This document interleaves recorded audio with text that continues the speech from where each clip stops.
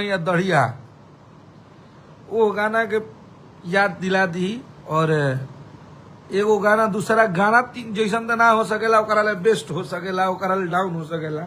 आप लोग सुन के बताइए कि ओकरा ले बेस्ट बा कि ना। बहुत तगड़ा गाना बा, हर एक ओकर बात गर्दा बा। और हर एक बात हमरा लागत है कि हमारे भाई हमारे इंस्टाग्राम के जितना इन्फ्लुएंसर बा लोग, उ लोग के मजा आई, उ लोग के बढ़िया लगी। और आप लोग बस आशीर्वाद प्यार बनौले रही जा अपना भाई पे, अपना बेटा पे, और का कहल जा। और भैया कोई बात नहीं है, बंद हो गया तो आ जाएगा। आप सब हमारी असली संपत्ति है, हमारी असली आईडी आप सब है। आप लोग है तो ऐसा कोई गो आईडी आ जाई, आईडी से हमार पहचान बा। हमनी के गीत लिखला से आप सबके मनोरंजन कैला से पहचान बा, आप सबके इंटरटेन कैला से पहचान बा। हमनी के आईडी से थोड़ी पहचान बा। आईडी बंद हो गई, फिर नया आ जाई, उहे आ जाई।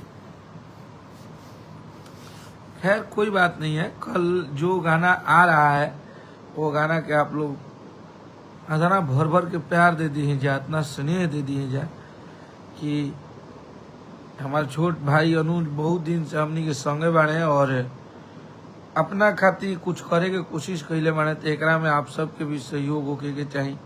और दूसरा चीज की खेसारी भैया के सबसे दुलरुआ भाई हमें बहुत प्यार रहेला इनका।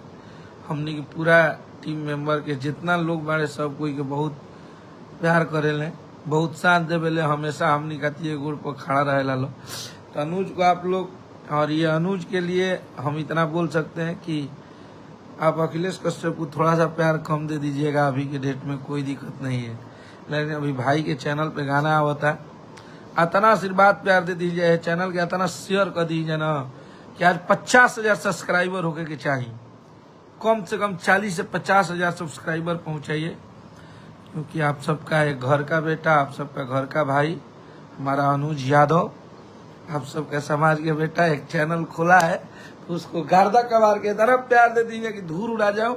आ नया लड़का हमनी के छोट भाई मजबूत होकर सन, ताकि बढ़िया जोश जुनून में गाना हमनी से बनवावा सा, मार्केट से बनवा के लावा सा, और हमनी के ओ पर मेहनत करी जा।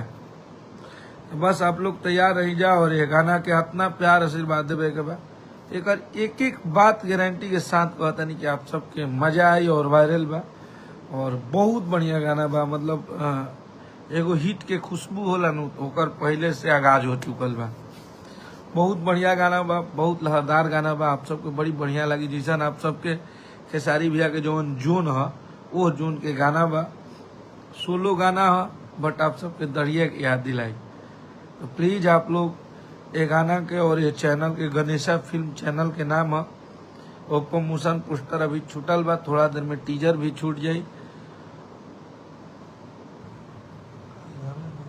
1 मिलियन हो जाएगा, बिल्कुल भाई, एकदम 1 मिलियन पहुंचाओ, जरा के 2 मिलियन पहुंचाओ लो, या तू लोग जरा के चाहे तो वजह मिलियन स्टार बना दे बोलो। तो बस आप लोग ये गाना के अन्नपूर्णा फिल्म से भी कम्युनिटी लागल हुई। आप सबके अगर चैनल यूट्यूब